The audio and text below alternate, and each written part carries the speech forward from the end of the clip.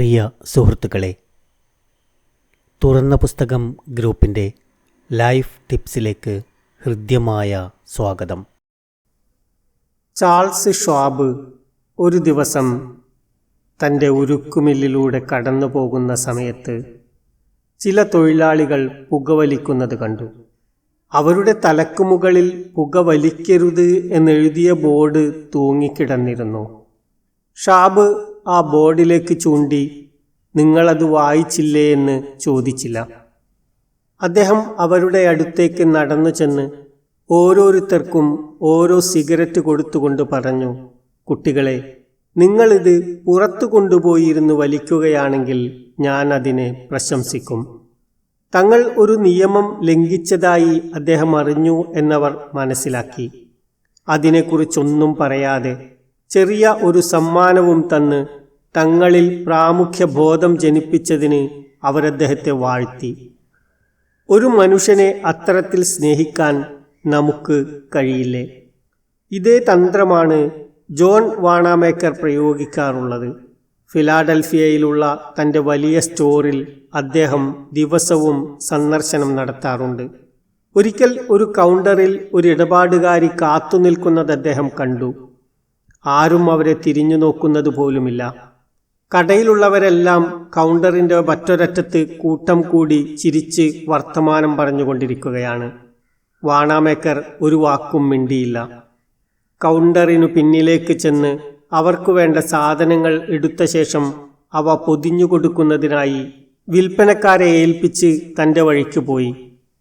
നീരസമോ വിരോധമോ ഉളവാക്കാതെ ആളുകളെ പരിണമിപ്പിക്കുന്നതിലുള്ള വിജയവും പരാജയവും തമ്മിലുള്ള വ്യത്യാസത്തിൻ്റെ പൊരുളറിയാൻ പക്ഷേ എന്ന പദമൊന്നു മാറ്റിക്കളഞ്ഞാൽ മതി.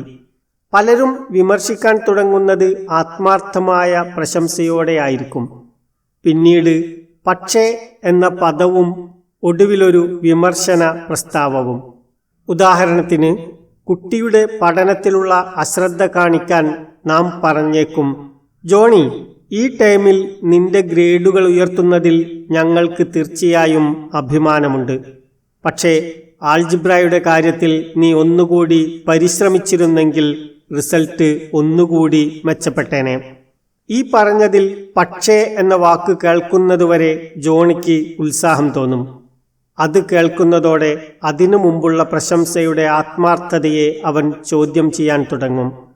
അവനെ സംബന്ധിച്ചിടത്തോളം അപ്രശംസ പരാജയം എന്ന നിഗമനത്തിലേക്ക് നയിക്കുന്ന ഒരാസൂത്രിത തുടക്കമായേ അനുഭവപ്പെടൂ.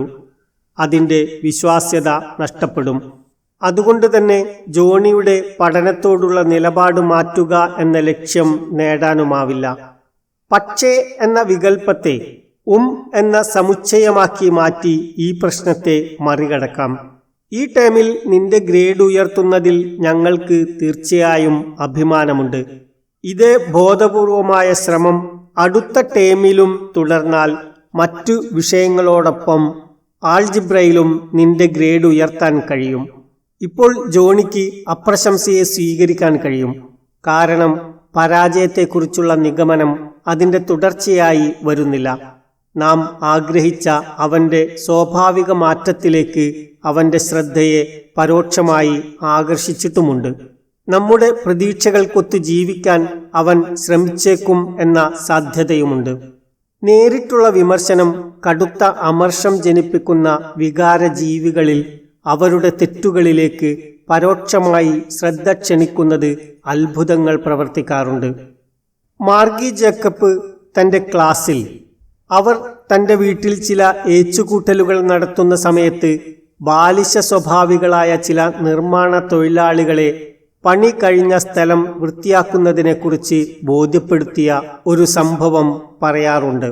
ആദ്യത്തെ ഏതാനും ദിവസങ്ങൾ മിസിസ് ജേക്കബ് അവരുടെ ജോലി കഴിഞ്ഞ് തിരിച്ചു വന്ന സമയത്ത് മുറ്റത്ത് മുഴുവൻ മരച്ചീളുകൾ ചിതറിക്കിടക്കുന്നത് ശ്രദ്ധിച്ചു. നിർമ്മാണ ജോലി ചെയ്യുന്നവരെ എതിരാളികളാക്കി മാറ്റാൻ അവർ ആഗ്രഹിച്ചില്ല. കാരണം അവർ അവരുടെ ജോലി നന്നായി ചെയ്യുന്നുണ്ട്. അതുകൊണ്ട് പണിക്കാർ പോയി കഴിഞ്ഞ ശേഷം അവരും കുട്ടികളും കൂടി ആ നുറുങ്ങ് മുഴുവൻ ഒരു മൂലയിൽ അടുക്കി വെച്ചു. പിറ്റേന്ന് രാവിലെ അവർ മൂത്താശാരിയെ മാറ്റി നിർത്തി പറഞ്ഞു, മുൻപിലെ പുൽത്തകിടി ഇന്നലെ വൈകുന്നേരം നിങ്ങൾ ഇട്ടിട്ട് പോയ രീതി എന്നെ വളരെയധികം സന്തോഷിപ്പിച്ചു. അത് വൃത്തിയുള്ളതും അയൽക്കാർക്ക് ദ്രോഹമുണ്ടാക്കാത്തതുമായിട്ടുണ്ട്.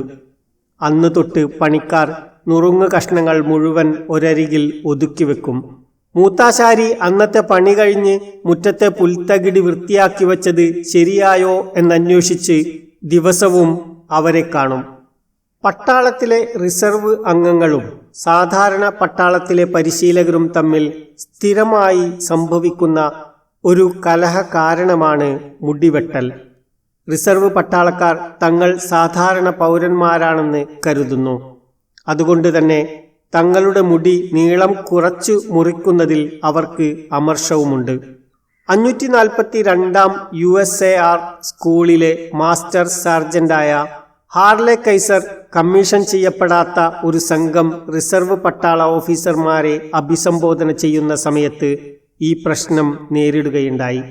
പഴയ കാലത്തെ സ്ഥിരം സേനയുടെ മാസ്റ്റർ സാർജന്റായിരുന്ന അദ്ദേഹം തന്റെ സംഘത്തെ അലറി വിളിച്ചും ഭീഷണിപ്പെടുത്തിയും നിയന്ത്രിക്കാമെന്ന് കരുതിയിട്ടുണ്ടാവാം.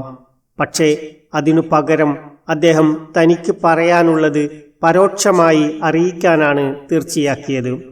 മാന്യരെ, അദ്ദേഹം പറഞ്ഞു തുടങ്ങി, നിങ്ങളൊക്കെ നേതാക്കളാണ്. സ്വയം ഉദാഹരിച്ചുകൊണ്ട് മറ്റുള്ളവരെ നയിച്ചാൽ കൂടുതൽ ഫലപ്രദമായിരിക്കും. നിങ്ങളുടെ ആളുകൾക്ക് പിന്തുടരാവുന്ന മാതൃകയായിരിക്കണം നിങ്ങൾ. മുടിവെട്ടുന്ന രീതിയെപ്പറ്റി പട്ടാളത്തിന്റെ നടപടിക്രമങ്ങളിൽ എന്താണ് പറയുന്നതെന്ന് നിങ്ങൾക്കറിയാമല്ലോ. ഞാൻ എൻ്റെ മുടി ഇന്നു തന്നെ മുറിക്കാൻ പോവുകയാണ്. അതിന് നിങ്ങളിൽ പലരുടെയും മുടിയേക്കാൾ നീളം കുറവാണെങ്കിലും നിങ്ങൾ കണ്ണാടിയിലൊന്ന് നോക്കുക. നല്ലൊരു മാതൃകയായിരിക്കുന്നതിന് മുടി വെട്ടേണ്ടതുണ്ടെന്ന് നിങ്ങൾക്ക് തോന്നുന്നുവെങ്കിൽ നിങ്ങൾക്ക് ബാർബർ ഷോപ്പ് സന്ദർശിക്കാനുള്ള സമയം ഞങ്ങൾ തരപ്പെടുത്തിത്തരാം. ഫലം ഊഹിക്കാവുന്നതേയുള്ളൂ. അവരിൽ പലരും കണ്ണാടി നോക്കുകയും അന്ന് വൈകുന്നേരം തന്നെ ബാർബർ ഷോപ്പിൽ പോയി നിയമാനുസൃത മുടിവെട്ട് നടത്തുകയും ചെയ്തു. സംഘത്തിലെ ചില അംഗങ്ങളിൽ നേതൃഗുണങ്ങൾ വളർന്നു വരുന്നത് തനിക്ക് കാണാനാവുന്നുണ്ടെന്ന് പിറ്റേന്ന് രാവിലെ സാർജന്റ് കൈസർ അഭിപ്രായപ്പെട്ടു.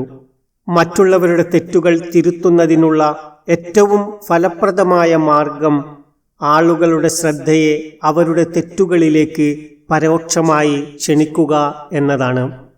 എല്ലാവർക്കും നന്മകൾ നേരുന്നു. നന്ദി.